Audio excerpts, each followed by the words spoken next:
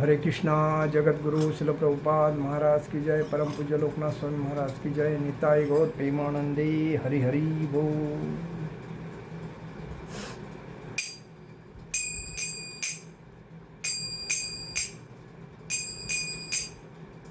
जय राधा माधव कुंज विहारी।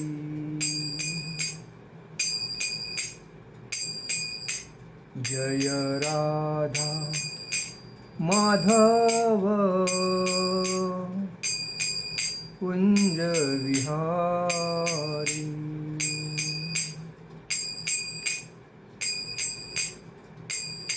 गोपीजन वल्लभा गिरिवरधारी।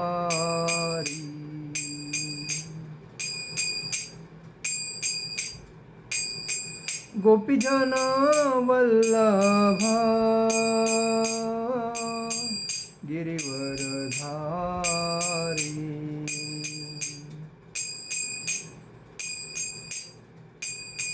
यशोदानंदन ब्रजजन रंजन। यशोदानंदन ब्रजजन रंजन। यमुना तीरा वनचारी। यमुना तीरा वनचारी। जय राधा माधव कुंज विहारी।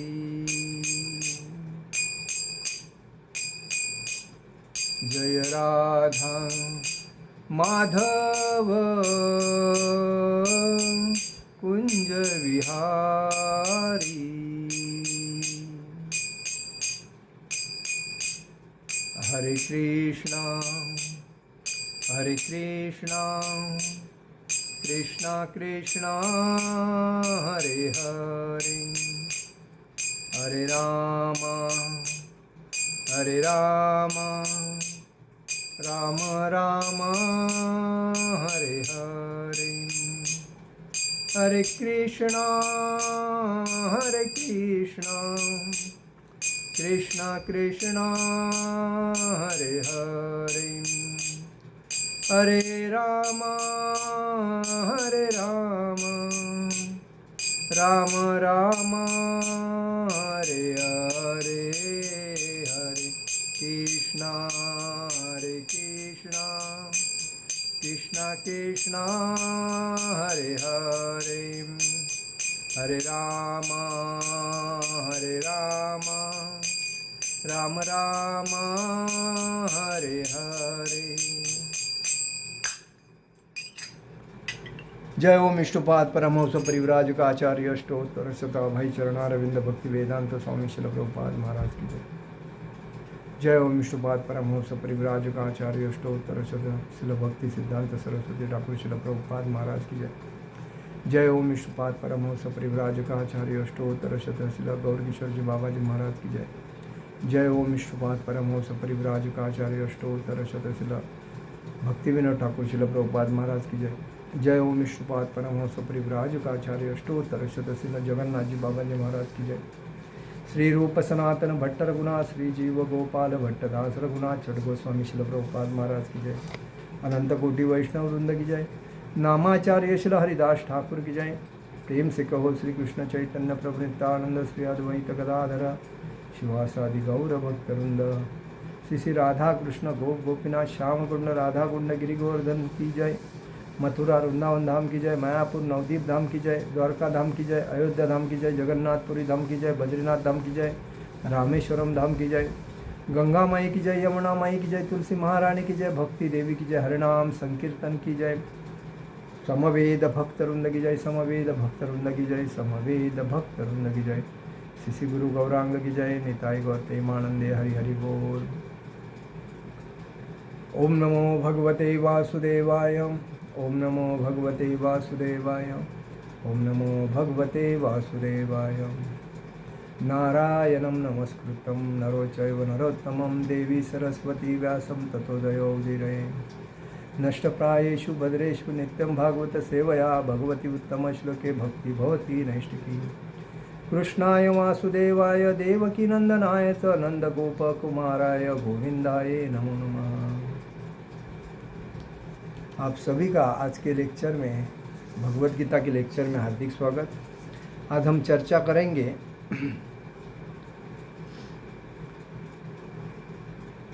विसावे श्लोक में।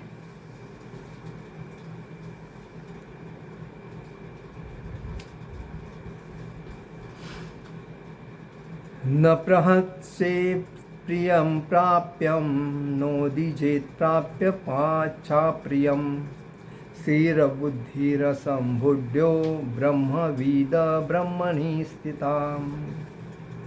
न प्रहस्येस्त प्रियं प्राप्यं नोद्विजेत् प्राप्य प्राप्य प्रियं स्थिरबुद्धिरसम्मुढो ब्रह्मविद ब्रह्मणि स्थिताम्।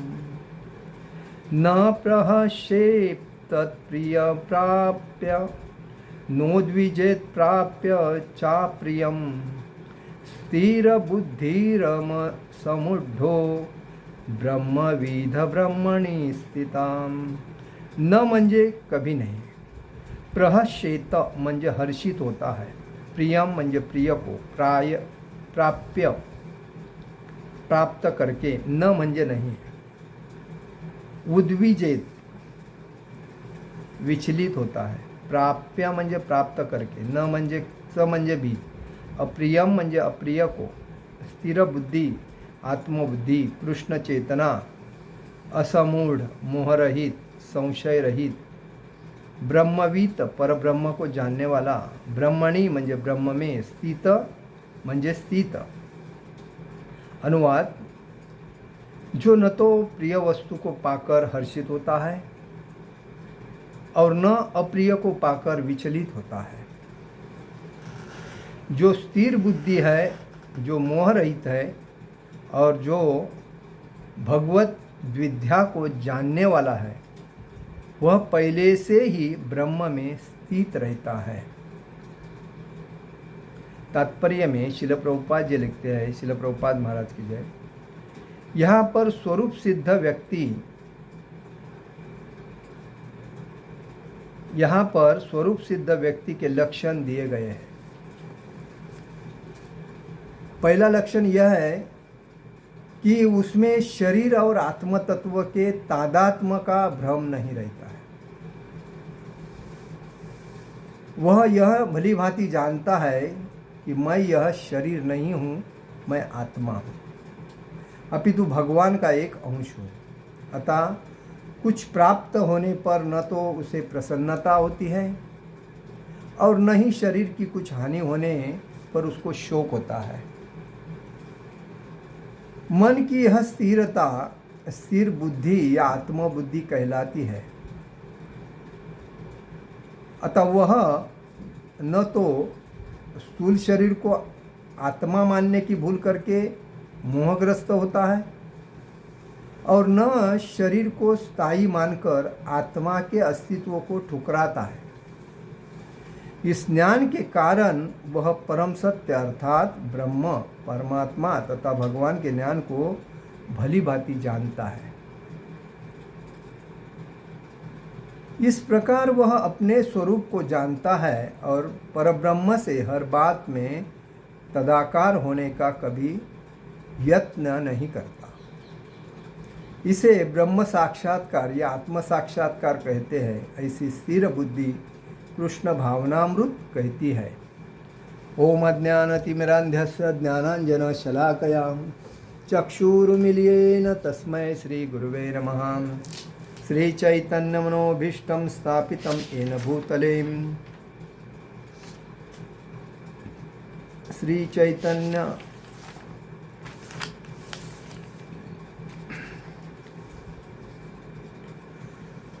श्री चैतन्य मनोभूष्टं स्थापितं येन भूतले स्वयं रूप गदामह्यं ददाति स्वपदान्तिकं वन्देऽहं श्रीगुरु पदकमलं श्रीगुरुवैष्णवांच श्रीरूपं साग्रजातं सहगण रघुनाथामतं तं सजीवं साद्वैतं सावधूतं परिजनसहितं कृष्णचैतन्यदेवं श्रीराधाकृष्णपादान सहगण ललिता श्रीविशाखान्वितांच हे कृष्ण करुणा सिंधु दीनबंधु जगतपते गोपेश गोपिका कांत राधा कांत नमस्ते तप्त कांचन गौरांगे राधे वृंदावनेश्वरी विशुभानुसुते देवी प्रणमामि हरिप्रिये वाञ्छाकल्पतरुभ्यश्च कृपा सिन्धुवे भवतो पतितानां पावनेभ्यो वैष्णवेभ्यो नमो नमः।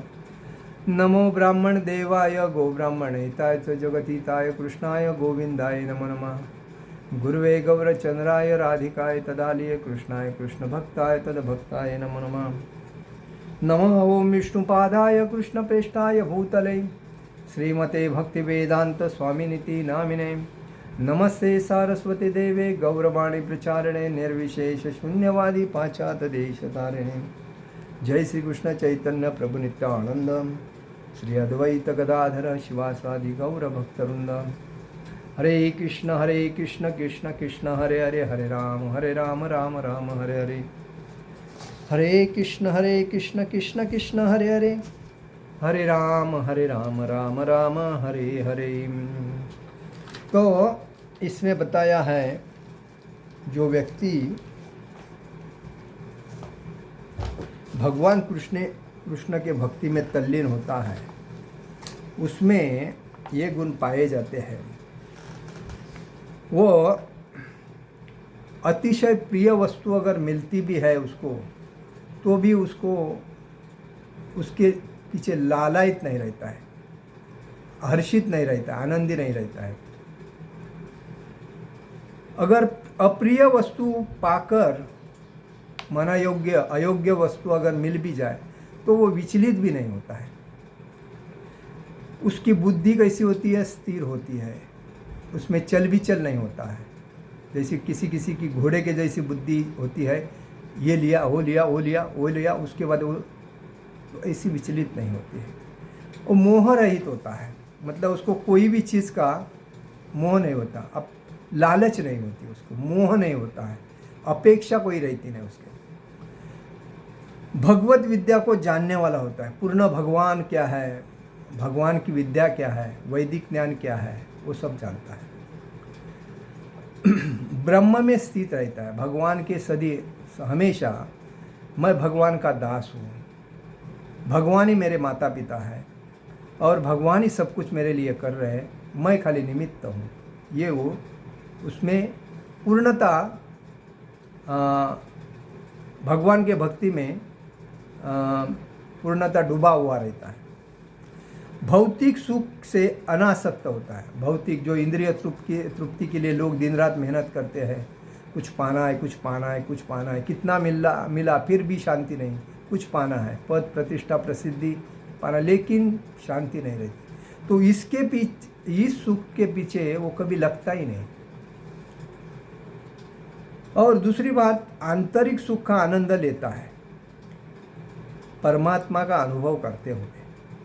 आंतरिक सुख अपने अंदर जो भगवान का अंश है, उस भगवान के अंश को मैं कैसा प्रसन्न करूं। मन चंचल है, उसको कैसा मेरे अंदर में करूं, और मन को मित्र कैसा बनाऊं, और शत्रु मन है उसको अपने ताबे में कैसा लूं, उसी विचार में। और जो आत्मा है, भगवान का अंश स्वरूप आत्मा मेरे हृदय में है, उस भगवान के आत्मा को कैसा मैं प्रसन्न करूं। जैसा मछली को पानी बिना रहा नहीं जाता है, वैसा मनुष्य को भगवान के भक्ति भी, मतलब भगवान के भक्ति के बिना रहा नहीं जाना चाहिए। तो आत्मा जो है भक्ति के सिवाय रह नहीं सकता। और जब जब जिसके जीवन में तकलीफ, मतलब अपराध, पाप, गलत जो रास्ते में भटकते हैं, ये किस वजह से भटकते हैं? क्योंकि वो आत्मा की बात ही नहीं मानते, आत्मा को प्रसन्न नहीं करते, खाली मन के राजा होते हैं, जैसा मन कहेगा वैसा करेंगे। और इसको वजह से आज देखो किधर मर्डर हो रहे हैं, कोई बलात्कार हो, कोई रेप कर रहा है, कोई दोस्ती का बहाना बना के उसको जूस में कुछ डाल के उसको काली जादू कर रहा है, क्या क्या कर रहे हैं। मोबाइल खोला तो क्या दिखता है, पेपर खोला तो क्या क्या आता है समझ, मतलब व्यक्ति के मन को पूर्ण मन भ्रमिष्ट हो गया। स्थिर कहाँ है उनको मालूम ही नहीं, क्योंकि माता पिता ने कभी उनको संस्कार दिए नहीं, स्कूल में कौन संस्कार कभी सिखाए नहीं, और वो लोग जिनकी दोस्ती में करते, जिनकी संगति में करते, उनके पास तो संस्कार है ही नहीं। तो जिसकी जैसी संगत वैसी उसकी रंगत। जो जिसके संगति में जाता है उसका उसको रंग लगता है, और उस रंग के वजह से उसका उसके जीवन में परिणाम होता है। जैसा जानवर की अगर हम संगति करेंगे तो जानवर के गुण आते हैं। अगर कोई असुर लोगों की संगति करेगा तो असुर के गुण आएंगे। कोई वेश्या के संगति करेगा तो वेश्या के गुण आएंगे। कोई शराबी के संग करेगा तो शराबी के गुण आएंगे। कोई जुआरी के संग करेगा तो जुआरी के संग आएंगे, जुआ खेलने वाला। कोई भक्त के साथ संग करेगा तो भक्ति के गुण आएंगे। भक्ति के बारे में अगर जब भक्त का संग करता है तो भागवत धाम क्या है, भक्ति क्या है, भगवान क्या है, भक्ति कैसी करनी है, कैसे भगवान को प्रसन्न कर, उसके बारे में जानकारी होगी। जैसे संगत पकड़ते हैं हम पैसा कमाने के लिए, तो वो पैसा कमा कर के नरक में जाता है। आज कितने लोग पैसा कमा के ड्रग्स का बिजनेस कर रहे हैं, शराब का बिजनेस कर रहे हैं, मुर्गी का बिजनेस कर रहे हैं, काट के गाय का मांस काट के बिजनेस कर रहे हैं। ये सब क्या है? ये सब नरक में लेके जाने वाले धंधे हैं। ये तुम्हारे लाइफ में ना तुमको सुख देंगे, ना तुम्हारे परिवार पत्नी को, ना बच्चे को, ना पोते को, किसी को भी सुख नहीं देंगे। ये सब आपके पूरे परिवार को बर्बाद करेंगे। जो व्यक्ति भक्त का संग करता है, भक्ति में आता है, भले इंद्रिय तृप्ति नहीं होगी, मन शांत होगा, मन प्रसन्न होगा, जीवन जीने का आनंद मिलेगा। और उसके बाद में उसके जब वो भक्त बनता है, वैसा तो नवसिका भक्त होता है, नवसिका भक्त होने से वो कनिष्ठ भक्त में जाता है, कनिष्ठ भक्त में जाके वो मध्यम भक्त बनता है, और मध्यम भक्त बन के वो उनके संगति के वजह से ही उत्तम भक्ति में जाता है। जब उत्तम भक्ति होता है तो वो भागवतम बोलते हैं उसे। कल मैं बताया था मेरे लेक्चर में, वो ये भागवत एक ग्रंथ भागवत और ये भक्त भागवत। तो ये भक्त भागवत जो होता है तो उसके भूतकाल के 100 पीढ़ी, वर्तमान काल के 100 पीढ़ी और भविष्य काल के 100 पीढ़ी पूर्ण इस दुख दारिद्र्य से मुक्त हो जाते हैं। ये क्यों होता है? तो घर में एक भक्त होने के वजह से।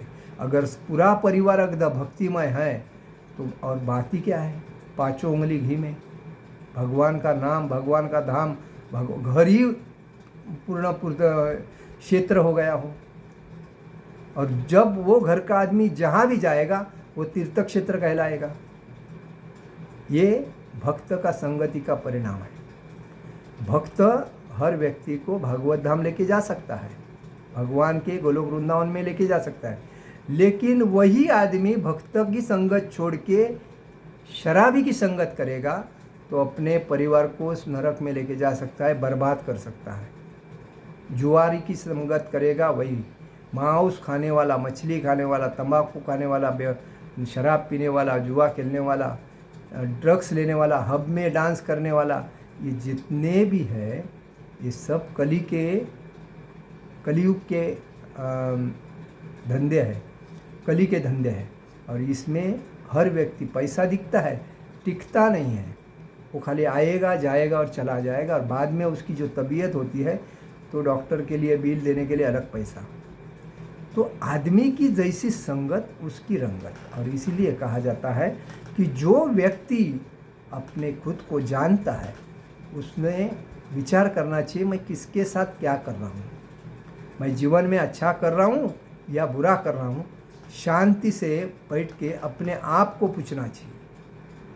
जब हम आपको अपनी बात अपने मन और आत्मा को जब पूछते हैं तभी मन चंचल तो रहता ही है, वो तो गलत को भी हाँ बोलेगा क्योंकि मन चंचल है, इसकी अपेक्षा है। लेकिन हम आत्मा को जब पूछते हैं कि ये मैंने किया वो गलत है, तो आत्मा बोलेगा ये तूने किया है वो गलत है, तुमको ये करना चाहिए। उसी को आत्म साक्षात्कार बोलते हैं। और वो आत्म साक्षात्कार हमारे पास कैसा आएगा? तो हमें नियमों का पालन करना चाहिए, भगवान का हमेशा हर चीज़ में भगवान का रूप देखना चाहिए, हमेशा हमें ग्रंथ पढ़ना चाहिए, हमेशा हमें जप करना चाहिए। जो भी हम करते हैं भगवान के लिए करना चाहिए। जब भगवान भक्ति से ही प्रसन्न होता है, बाकी तो कुछ नहीं। अगर जो व्यक्ति बिजनेसमैन है, श्रीमंत है, भगवान को बड़े बड़े बुके लेके आता है, माला लेके आता है, मिठाई के बॉक्स लेके आता है, लेकिन उसका दिल में भाव क्या रहता है? ये भगवान आप तो सर्वदाता है, सब समझते हैं, मेरा बिजनेस तो लॉस होते चल रहा है, बहुत महीने से लॉस है, अभी बहुत तकलीफ़ में हूँ, कुछ सहाय करो, अपेक्षा लेके आता है। जिसका शादी नहीं होता वो बोलता है यार इतने लड़की देखा एक भी पसंद नहीं आए, कोई तो लड़की बताओ। अरे जब तुम्हारे अंदर ही गंदगी है तो तुम्हारे दिखने का अच्छा रहेगा तो भी तुम खराब ही देखोगे। खुद को साफ करो, दुनिया साफ दिखेगी। तो हर व्यक्ति, कोई पैसे के लिए आता है, कोई बिजनेस के लिए आता है, कोई नौकरी लगने के लिए आता है, ऐसे अपेक्षा लेके सब लोग आते हैं। लेकिन भगवान तो किसको नाराज़ नहीं करते, सबकी अपेक्षा पूर्ण करते हैं। लेकिन जो भक्त सच्चा मन से आता है वो भगवान के पास कभी कुछ मांगने नहीं आता है, खाली दर्शन लेने के लिए आता है। भगवान कितने सुंदर लग रहे हैं, चरण से लेके, कमर से लेके, छाती से लेके सर तक वो जो दर्शन करता है तो भगवान ने क्या पहना है, कैसे दिख रहे हैं, क्या भगवान को पसंद है, भगवान कैसे चेहरे से हंस रहे हैं, उनके कानों में कैसे कुंडल है, बाल कितने, मुकुट कितना अच्छा है, वो दर्शन करता है। उसके लिए कुछ अपेक्षा नहीं रहती है, क्योंकि वो अट्रैक्शन है, भगवान उसके अंदर बैठे हैं। और वो अंदर नहीं, अंदर तो प्रसन्न किया है तो बाहर वो देख रहा है भगवान को, मेरे भगवान अंदर ऐसे बैठे हैं, अतिशय। और बाद में वो भगवान के सामने बैठ के चिंतन मनन करता है। और उस वजह से उसको ऐसा लगता है मुझे कुछ नहीं चाहिए आपसे, आपने मुझे सब कुछ दिया है, बस आप मेरे आंखों के सामने दिख रहे हो, मेरे प्रसन्न है। और वो रोता है क्योंकि अंदर से उसको आवाज़ आती है। और वो सच्चा भक्त होता है, उसको रोता है भगवान के सामने, मुझे कुछ नहीं चाहिए, सब कुछ दिया है, बस मैं आपको देखना चाहूँ, मेरे को प्रसन्नता होती है आपको देख के, मेरे को यही दर्शन हमेशा सुबह दोपहर शाम रात सब सोता उठता हर चीज़ में दिखता रहे, वही भक्त होता है। और इसी वजह से कहा जाता है कि जो भक्ति में तल्लीन है उसको वो इसीलिए बोलते हैं न प्रहस्येत्य प्राप्य नोद्विदेत प्राप्य चाप्रियम स्थिर बुद्धि समूढ़ो ब्रह्मविद ब्रह्मणे स्थिताम। जो न तो प्रिय वस्तु को पाकर हर्षित होता है और न अप्रिय को पाकर विचलित होता है। जो स्थिर बुद्धि है वो मोह रहित होता है। जिसकी बुद्धि स्थिर होती है उसका कोई मोह नहीं होता है, कुछ चाहिए अपेक्षा नहीं होते वो, और मोह में अपेक्षा ही नहीं रहता, इसलिए मोह रहित रहता है। और भगवत विद्या को जानने वाला है वह पहले से ही ब्रह्म में स्थित होता है। जो अभी मैंने बोला भगवान के सामने जो जाता है वो क्या है, भगवत विद्या को जानने वाला होता है और वही पहले से ब्रह्म में स्थित होता है। उसको मालूम है ये शरीर नश्वर है, अंदर मेरे भगवान बैठे हैं, वही मेरे सब कुछ कर रहे हैं, मैं शरीर नहीं हूँ, मैं आत्मा हूँ और ये आत्मा ही मेरे को धाम लेके जाएगा। और जो समझता है ये शरीर मैं हूँ, आत्मा क्या चीज़ है, वो मूर्ख है। तो जो व्यक्ति समझता है मैं आत्मा हूँ, ये शरीर मेरा नहीं है, ये पंच तत्व में विलीन होने वाला है। ये शर्ट जैसी हम लोग बदलते हैं, कपड़े जैसा बदलते हैं, वैसे आत्मा शरीर बदलता है। तो वापिस हमें इस पुनर्जन्म पुनर्मरण पुनर्जन्म इस चक्कर में आना नहीं चाहिए। इसके लिए हमें भगवान के भक्ति में तल्लीन होना चाहिए और यही जीवन है मनुष्य जीवन जो भागवत धाम लेके जा सकते हैं। तो इसलिए कहा जाता है यहाँ पर स्वरूप सिद्ध व्यक्ति के लक्षण दिए गए हैं। पहला लक्षण यह है कि उसमें शरीर और आत्म तत्व के तादात्म्य का भ्रम नहीं रहता। वो समझता है कि ये शरीर नाशवान है, आत्मा ना दिख सकता है, मन ना भिगो सकते हैं, ना काट सकते हैं, ना उसको जला सकते हैं, और दिख ही नहीं सकता है, क्योंकि ये बाल है। एक बाल के 10,000 जो भाग होते हैं, उसका एक भाग आत्मा का रूप है, सूक्ष्मदर्शी यंत्र से भी नहीं दिख सकता है। तो जब व्यक्ति चेतना में रहता है, हलचल होता है, मतलब 84 लक्ष योनि में जितने, अभी जब कोई शुक्र जंतु होता है, वो जब माँ के कोख में जाता है और वो उधर रहता है, तो उसके बाद वो आहिस्ता आहिस्ता बड़ा होने के बाद उसका एक बच्चा बनता है, तो वो जंतु ही होता है, मतलब एक वीर्य होता है।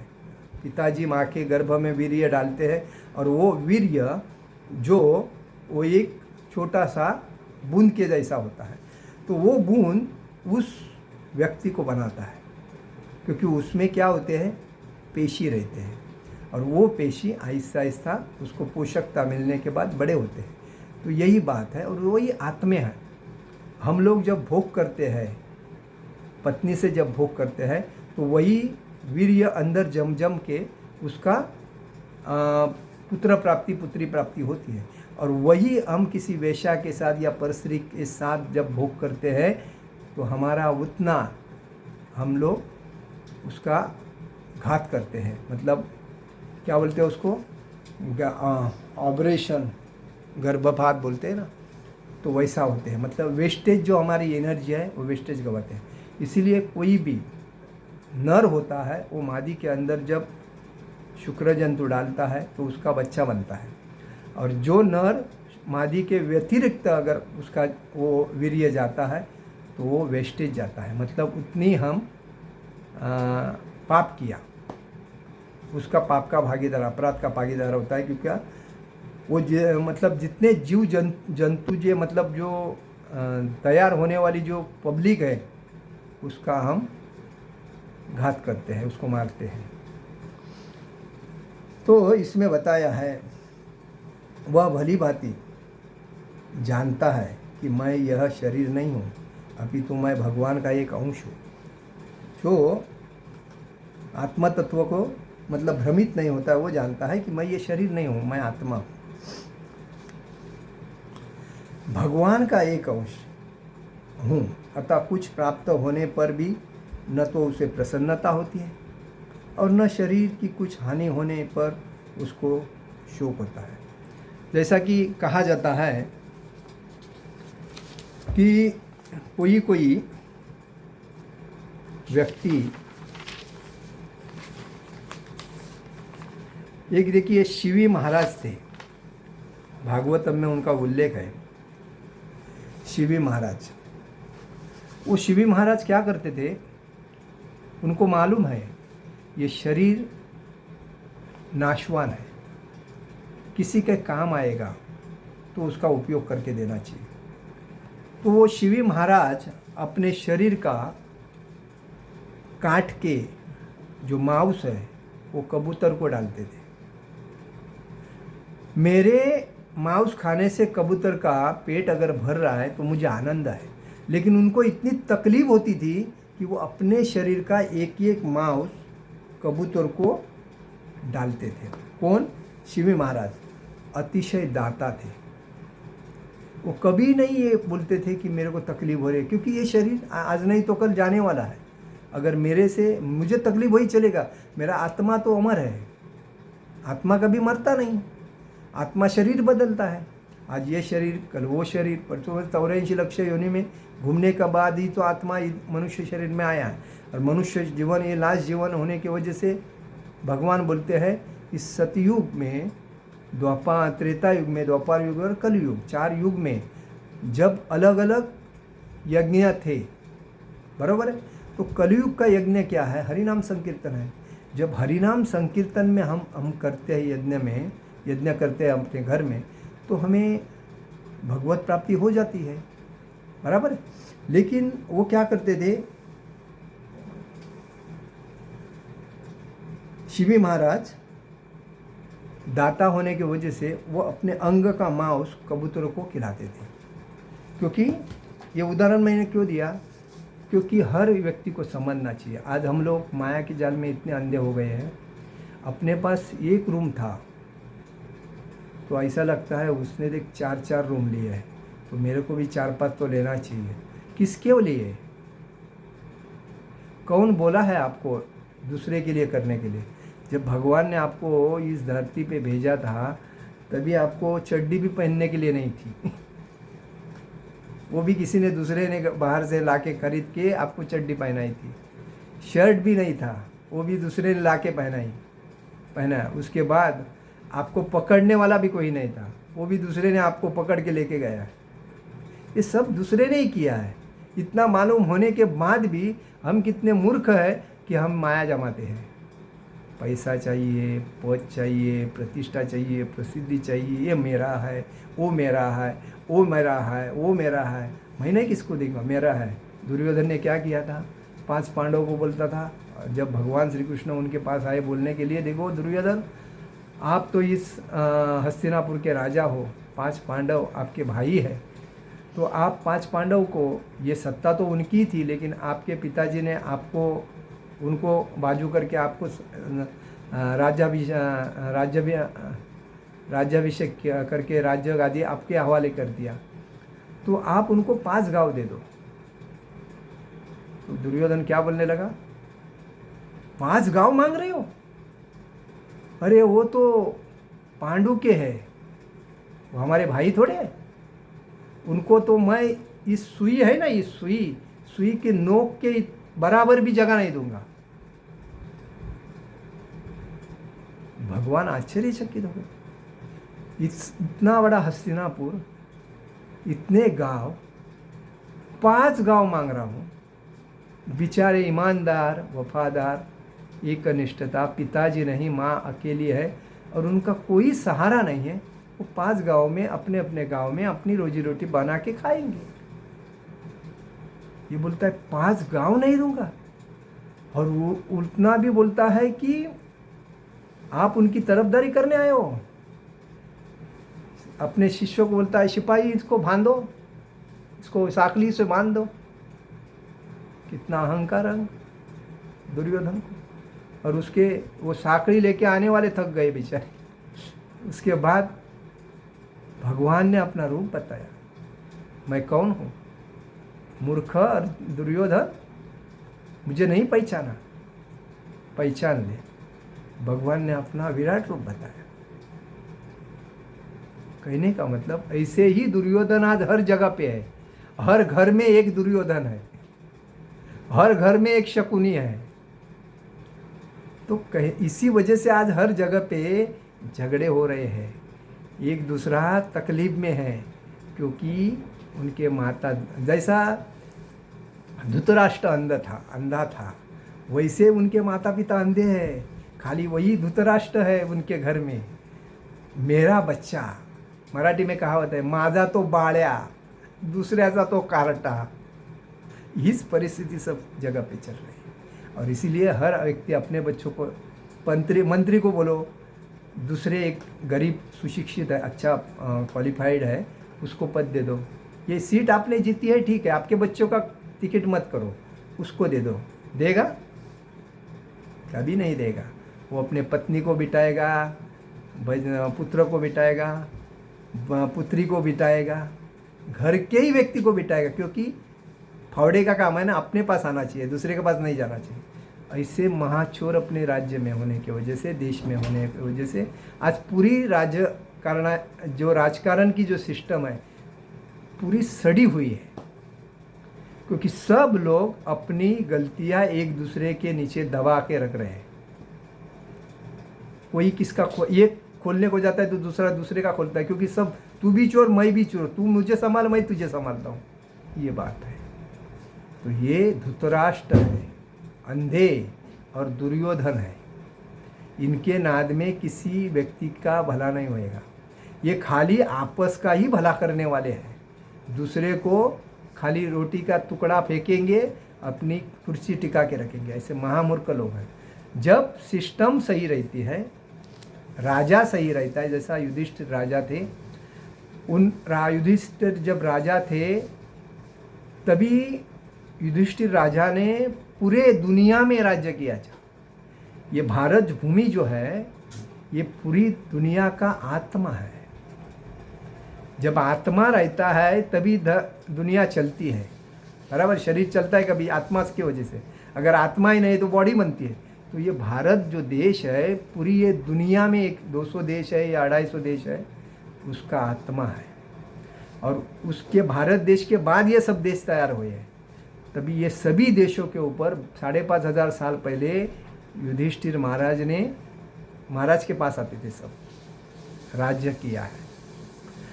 उसके बाद जब भगवान श्री कृष्ण द्वापर में चले गए तभी परीक्षित महाराज उनके पुत्र के पोते वो राजा हुए। उन्होंने भी पूरी दुनिया के ऊपर राज्य किया। तो उनके राज्य में पशु पक्षी को डर नहीं था, मुबलक खाना था, नदियाँ बहती थी, पेड़ पौधे एकदम मतलब भरगच्च फ्रूट से भरे हुए दिखते थे। फूल की कमी नहीं थी, फल की कमी नहीं थी, धान्य की कमी नहीं थी, साग की कमी नहीं थी, पालक की कमी नहीं थी, कोई भी चीज़ की कमी नहीं थी, क्योंकि बारिश भी उतना गिरता था और हर जगह पे सब आनंद। पब्लिक कमी और उत्पन्न जास्त। अभी क्या है, पब्लिक जास्त है, उत्पन्न कमी। उसमें भेड़ युक्त हो, भेसड़ युक्त, और दूसरे को कभी मारता हूँ और मेरे को मिलता है, उसके पीछे लगे हैं। दूसरा मरो अपना भरो। और इस वजह से आज लोग राक्षसी बन गए, असुर बन गए। खुद को लगता है मैं असुर नहीं, मैं अच्छा हूँ, लेकिन दूसरे की नज़र से देखेगा तो वो असुर ही दिखता है, क्योंकि माया मोह लोभ उसमें ही पड़े हैं। और ये जो माया मोह लोभ ईर्ष्या क्रोध अहंकार ये राक्षस जिसके अंदर भरे हैं, वो भगवान को प्राप्त कैसा करेगा मुझे बताओ। वो स्वर्ग में प्राप्त नहीं करेगा, वो नरक में ही जाएगा। स्वर्ग में कौन जाता है? जो व्यक्ति पुण्य करता है। पुण्य करने वाला व्यक्ति स्वर्ग में जाता है। जितना पुण्य किया उतना रहता है, उसके बाद वापस धरती पे आता है। तो स्वर्ग में जाके फायदा क्या है? जब अगर तुमको जाना है तो भागवत धाम जाओ, भागवत भक्त बनो, अपने जीवन को भगवान को समर्पित करो। भगवान बोलते हैं सर्वधर्मान परित्यज्य मामेकं शरणम अहम सर्वतः। मैं आपको सभी धर्मों को त्याग करो, मेरे शरण में आओ, मैं आपको सभी पापों से अपराधों से मुक्त करता हूँ और मेरे धाम को आ जाओ, क्योंकि वही तुम्हारा मुख्य घर है। ये तो माया का घर है। इधर हम माया के चक्कर में फंस के ये मेरा वो मेरी ये सब बोलते रहते हैं। ये छोटे क्षुल्लक आनंद में हम लोग जो आनंदी रहते हैं ना, यही हमारे मुख्य दुख का कारण है। हम दिलदार रह के अगर हम दूसरे का भला करते हैं। हमारा उम्र कितना है? 100 साल है। सतयुग में कितना उम्र था? 1 लाख। त्रेता युग में कितना था? 10,000। द्वापर युग में कितना था? 1,000। और कलयुग में कितना है? 100 साल। और इसके बाद में कितना होएगा? 20 साल। हाइट कितनी होएगी? 2.5 फुट। क्योंकि आदमी को जानने वाला नहीं है, पेड़ रहने वाले नहीं है, नदी में पानी मिलने वाला नहीं है, अन्न की पुरवठा नहीं, प्लास्टिक चावल खाने वाले हो। हकीकत है। लेकिन जो जानता है वो अभी भक्ति में लगेगा और बोलेगा मेरे को वापस नहीं आना है बाबा, सीधा भगवान में समर्पित हो, भगवान के भक्ति में भागवत धाम जाओ। उसके बाद पुनरस जन्म पुनरस मरण नहीं चाहिए मुझे। ये दुखालय है। ये दुखालय 4,32,000 साल का है कलयुग। और इतने साल तक पुनरस जन्म पुनरस मरण, और वो आगे का जो जन्म है वो भी ऐसा है कि लोग अपने पुत्र को नहीं मानेंगे, पत्नी को नहीं मानेंगे, किसी को नहीं, घर का आदमी राक्षस बनेगा एक दूसरे का। इतना कलयुग अतिशय खराब है आगे का। तो अपने बच्चों को संस्कार देने जरूरी है। जब बच्चे संस्कारित होंगे तभी माता पिता का ख्याल करेंगे। आज स्कूल में हम लोग कौन से डालते हैं? Convent school. कॉन्वेंट स्कूल किसको बोलते हैं? जो माता पिता नहीं है, अपने भोग के लिए बच्चे तैयार करके छोड़ देते हैं रोड पे, वो रोड के बच्चे कॉन्वेंट्स में जाते हैं, उनको कॉन्वेंट्स बोलते हैं। और हमारे बच्चे को हम माता पिता होने के बाद भी उसके अंदर डालते हैं। क्यों डालते हैं? कि मेरा बच्चा इंग्लिश पढ़ेगा, मेरा बच्चा इंजीनियर होएगा, मेरा बच्चा एडवोकेट होगा। मेरा जितने एडवोकेट इंजीनियर है वो अपने किधर, हाँ, हॉस्टल में देखो क्या क्या कर रहे हैं। उनको माँ बाप ने जो पैसे दिए हैं उस पैसे का फीस माँ बाप भरते हैं और ये उधर एंजॉय करते हैं। तो आगे जाके क्या करेंगे? माँ बाप का पालन करेंगे? अभी देखो, तो ये हमारे ऊपर डिपेंड करता है। अपने बच्चों को गुरुकुल में डालना चाहिए। गुरुकुल के व्यतिरिक्त बच्चे कोई इंग्लिश मीडियम में दूसरे स्कूल में नहीं जाएंगे।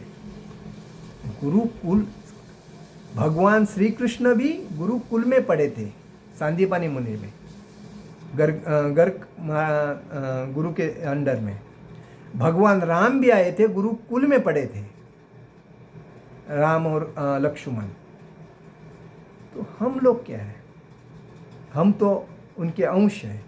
और हमारे बच्चे हम इंग्लिश मीडियम डाल रहे हैं, फुकट की हाल अपेष्टा करके उनका पेट भर रहे हैं और वो लोग एंजॉय कर रहे हैं और अपने बच्चों को कुछ सिखा नहीं रहे हैं। कुछ इंग्लिश सिखाते हैं, उसका कोई ये नहीं है। लेकिन गुरुकुल में डालने से आध्यात्मिकता, संस्कार, संस्कृति, आध्यात्मिकता पूर्णता हमारे बच्चे में आ जाती है। तो ब्राह्मण बनता है बच्चा। उसको पंचतत्व जो ब्राह्मण है उसके बारे में ज्ञान होता है, भक्ति के बारे में ज्ञान होता है, भगवान के बारे में ज्ञान होता है, माता पिता का कैसा ख्याल करना उसके बारे में ज्ञान होता है। सब गुरुकुल में सिखाया जाता है क्योंकि उनका फाउंडेशन अच्छा रहता है। लेकिन हम लोग जो गलत लोगों के संगति में जो बच्चे पढ़ाने के लिए देते हैं, तो उनको ना किसका वो क्या खाते हैं, कैसे रहते हैं, उनके स्वभाव कैसा है, कुछ बारे में मना। वो खाली पैसा एंजॉय करने के लिए कमाते हैं और वो बच्चे के ऊपर किधर ध्यान देते हैं। अभी परसों मैं देखा एक स्कूल में माउस पका रहे थे और बच्चे देख के हैरान हो गए। टीचर घर से माउस लाके खुद भी खा रहे, बच्चों को खिला रहे। क्या ये संस्कार है? क्या बच्चे का भवितव्य सही है? बच्चे कल क्या होएंगे? ये आने वाली पीढ़ी है ना, उसको कैसा सेवा। इसीलिए मैं तो बोलूँगा आपके एरिया में जितने स्कूल है, जितने कॉलेज है ना, उस स्कूल और कॉलेज में हमारे कृष्ण भक्त जो है प्रचार करते हैं, उनको बुलाओ और उनके माध्यम से ज्ञान दिलाओ। मैं तो सबको बोलता हूँ, गवर्नमेंट ने भगवत गीता सिखाई नहीं सिखाई उसके ऊपर ध्यान मत दो, लेकिन आपके स्कूल में आपके माध्यम से 1 घंटे का या 2 घंटे का क्लास हफ्ते में एक बार रखो, तो आपके बच्चे सही मार्ग से चलेंगे। क्योंकि उनको कुछ पता ही नहीं। परसों मैं स्कूल में गया था, उनको बोला कि बाबा इसके बारे में जानकारी है? हाँ, उतना तो नहीं है लेकिन थोड़ी है। पूरी जानकारी कभी आएगी? तो ये बात है। तो इसीलिए हम बोलते हैं, तो भक्ति में आदमी ज्ञानी बनता है। बाकी किधर जाके इंजीनियर बनेगा, डॉक्टर बनेगा, वकील बनेगा, ये सब सफ़ेद चोर के धंधे हैं। पढ़ाई लिखाई किए हुए चोर है, समाज को कैसा लूटना है उसके बारे में डिग्री प्राप्त करते हैं और सबको अपने अपने माध्यम से अपना एंजॉय करते हैं, दूसरे को लूट के। वो सेवा थोड़ी करते हैं। सेवा करने वाला कभी भी पैसे की अपेक्षा नहीं करेगा, वो तो सेवा के बारे में सोचेगा, मेरी सेवा उसको कैसी पसंद आएगी, वो कितना आनंदी रहेगा, ये सोचेगा। लेकिन आज लोग बिजनेस कर रहे हैं, तो इसीलिए आगे का फ्यूचर अतिशय ख़राब है। क्योंकि अपने बाल बच्चों को सही रास्ते पे सिखाना ज़रूरी है, ये बात है। इसीलिए बोला जाता है कि कुछ प्राप्त होने पर न तो उसे प्रसन्नता होती है और न शरीर की कुछ हानि होने पर उसको शोक होता है। मन की यह स्थिरता स्थिर बुद्धि कहती है, आत्मबुद्धि कहलाती है। स्थिर बुद्धि जो होती है, अभी पेड़ है, एक पेड़ है, उस पेड़ को हम काटते हैं, हम मारते हैं, फिर भी वो पेड़ क्या करता है? सावली देता है, फूल देता है, पत्ता देता है, फल देता है। वो रोता है अंदर से, देख मेरे को पीड़ा कर रहे लोग, लेकिन निसर्ग को बोलता है। प्रकृति सबका ख्याल करती है, मनुष्य का, जानवर का, पशु पक्षी का, पेड़ पौधे का, सबका प्रकृति ख्याल करती है। और प्रकृति ही जिस जैसी करनी वैसी भरनी व्यक्ति को देती है। तुम्हारा कर्म अच्छा है तो तुम्हारा मार्ग अच्छा है, तुम्हारा कर्म खराब है तो तुम्हारा मार्ग खराब है, आगे जाके जीवन खराब है। तो ये है, तो हमें किसी ना किसी को डरना चाहिए। लेकिन पेड़ हमेशा देखो सावली देता है, फिर भी वो किसी को तकलीफ नहीं देता है। वो सबको, बारिश भी पेड़ के वजह से ही तो गिरता है। पेड़ पौधे नहीं रहेगा तो बारिश कहाँ से आएगा। प्रकृति का नियम है, सुजलाम सुफलम सहस्र श्यामलम मलयत शीतलम मतलब ये जो प्रकृति है ये सुजलाम सुफलाम है, संपूर्ण हरा भरा होना जरूरी है। लेकिन हम उसकी क्या नासधूस कर रहे हैं। बिल्डर लोग पैसा कमाने के लिए पेड़ ही काट रहे हैं। एक पेड़ एक मनुष्य के जैसा है, वो अपने को जगह मिलनी चाहिए उसको, वो खाली अपने फायदे का देखता है। कितने प्रोजेक्ट बनने के बाद भी तू आगे नहीं जा सकता है क्योंकि तू पापी है, ये बिल्डर को समझता नहीं। तो इसी वजह से हमें इतना स्थिर बुद्धि होनी चाहिए। इसीलिए बोलते हैं जो भक्त होता है वो नम्र होता है, वो कभी किसी को विरोध नहीं करता है। इसीलिए भक्त का गुण क्या है, तृणादपि सुनीचे न तरोरपि सहिष्णुना अमानी न मान देना कीर्तनीय सदा है। वो कभी दूसरे से मुझे रिस्पेक्ट दे दो, मुझे आदर करो, मेरे को, ऐसा कभी नहीं करता है। वो दूसरे को हरे कृष्णा बोलेगा, हरे कृष्णा प्रभु निकल जाएगा। तुम मेरे को हरे कृष्णा बोलो या मत बोलो, वो कभी अपेक्षा नहीं करता है, क्योंकि वो समझता है मैं भगवान का अंश हूँ, मुझे अपेक्षा नहीं करना चाहिए, मैं सब कुछ त्याग किया हूँ, मुझे कोई माने या न माने, मैं भगवान से प्रसन्न हूँ, जो भी कुछ भगवान कर रहे हैं मेरे लिए। तो ये आत्मबुद्धि कहलाती है। अतः वह न तो स्थूल शरीर को आत्मा मानने की भूल करके मोहग्रस्त होता है, ये शरीर को आत्मा नहीं मानता है, उसको मालूम है ये शरीर नश्वर है, और न शरीर को स्थायी मानकर आत्मा के अस्तित्व को ठुकराता है। ये स्थायी है, परमानेंट है, मेरे को कुछ होएगा नहीं। तुम्हारा जितना टाइम दिया है भगवान ने, नियति ने, उतना ही टाइम तुम चलने वाले हो। जिस दिन टाइम फिनिश उस दिन कट आउट, चेतना स्टॉप, आत्मा गोइंग, बॉडी तैयार। कहा कितनी जमीन है, 200 एकड़ है, 500 एकड़ है, 1000 एकड़ जमीन लिया है, किसके लिए, इधर ही रह गई। आपके जीवन में जमीन कितनी है, 3/6। स्मशान में अपनी जमीन कितनी रहती है, 3/6, 3/6। इतनी ज़मीन हर व्यक्ति के जीवन की है। और उस ज़मीन में भी वो स्मशान में वैकुंठ धाम जो है वो, उसके अंदर कितने लोग बॉडी जाती है, एक ही ज़मीन के अंदर 3/6, 3/6 में कितने बॉडी जाती है। तो आदमी ये समझता ही नहीं। इसीलिए भगवान बोलते हैं ये सब मेरा है, आपका कुछ है ही नहीं। लेकिन हम लोग लाचार है, लालच में फंसे हैं। भगवान बोलते ईशावासम मिदम सर्वम यत् किंची जगत आ जगत, ये सब मेरा है। भगवान की ये प्रॉपर्टी है, संपत्ति है, भगवान की है। हमें भगवान ने सब कुछ दिया है, पानी दिया है, लाइट दिया, हवा दिया है, ज़मीन दिया है, अन्न धान्य दिया, सब कुछ दिया है। लेकिन हम भगवान को मानने तैयार नहीं है। हम कर रहे हैं करके हम ले। अभी गैस भी भगवान ने दिया, समुद्र के नीचे से गैस निकाल रहे हैं, पेट्रोल निकाल रहे हैं, सोने की खान भी भगवान ने सब कुछ दिया। लेकिन फिर भी हम बोलते नहीं भगवान ने कुछ नहीं दिया, मेरा है कर रहे हैं। और जाने के टाइम पे दूसरे के कंधे पे जा रहे हैं, फिर भी बोलते नहीं मेरा है। जाने के टाइम पे भी लेके नहीं जा रहे, फिर भी मेरा है करके नाम 7/12 पे नाम चढ़ाने के लिए कितना मगजमारी करते हैं लोग। मतलब हमारा कुछ है ही नहीं, लेकिन हम मानने को तैयार नहीं, क्योंकि हम इंद्रिय भोग में पूर्ण तल्लीन है। इसलिए बोलते हैं शरीर को स्थायी मानकर भी आत्मा के अस्तित्व को ठुकराता नहीं।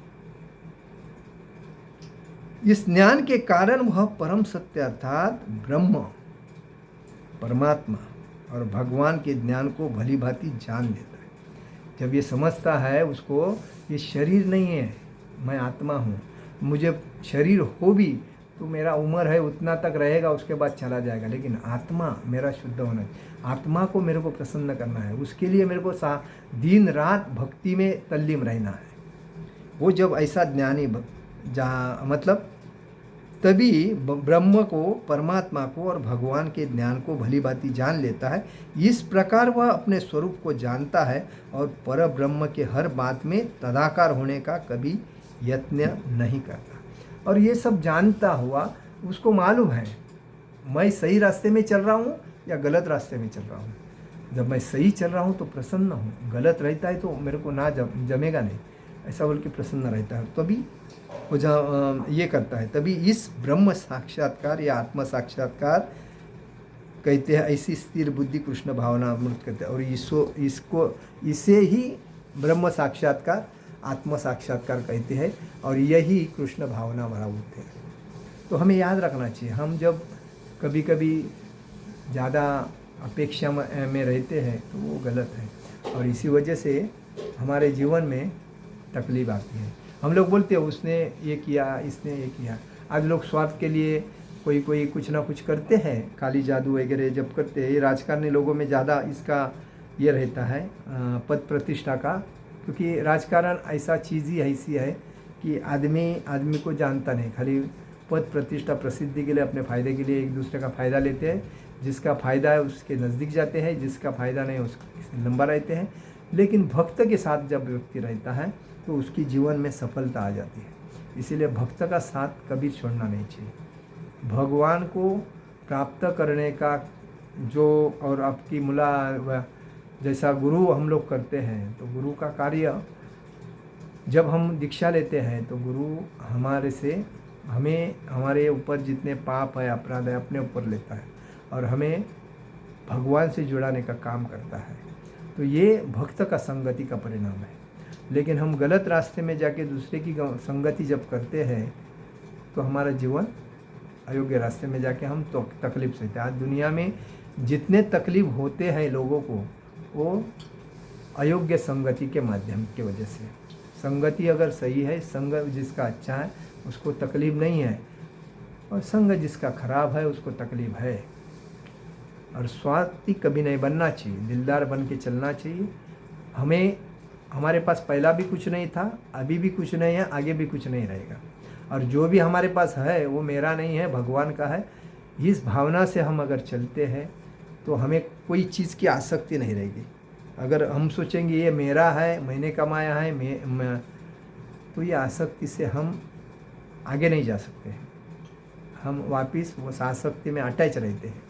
जैसा कहा जाता है, जब पत्नी पति से ज़्यादा प्यार करती है और वो पति पत्नी से ज़्यादा प्यार करता है, तो ये दोनों की जो आसक्ति होती है, तो घनिष्ठ होने की वजह से अगले जन्म में, आज ये पति है तो अगले जन्म में वो पत्नी होती है, और जो पत्नी है वो अगले जन्म में पति होता है। उनका वापस पुनर्जन्म होता है।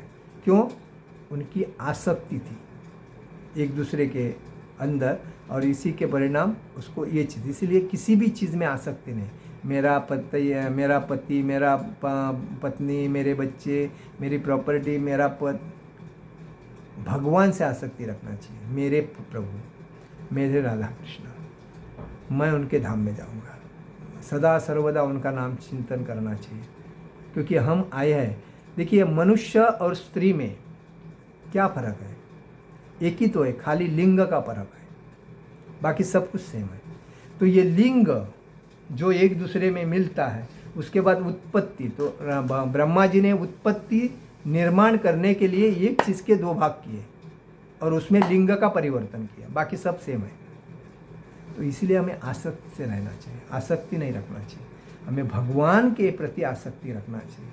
मेरे प्रभु की सेवा कैसे करो, उनकी इसके ऊपर, उनको क्या चाहिए, क्या लाऊं, उनको क्या बना के खिलाओ, क्या ये सार पूरा दिन अगर हम भगवान के बारे में सोचते रहे तो हमारे नाम, गुण, रूप, लीला सब कुछ भगवान के बारे में हमारे में आता रहता है, तो हम बाकी की चीज़ में ध्यान देने का सवाल ही नहीं। अभी मोबाइल खोलने के बाद क्या क्या आता है, गलत गलत चीज़ आती है, कौन क्या खोल के बैठा है, क्या दिमाग मतलब निगेटिविटी में जाता है, तो खराब लगता है। उससे बेटर है हरिनाम संकीर्तन लगाओ, प्रवचन लगाओ, सुनते रहो, आनंद रहो, वही आदमी का जीवन सफल है, बाकी सब व्यर्थ है।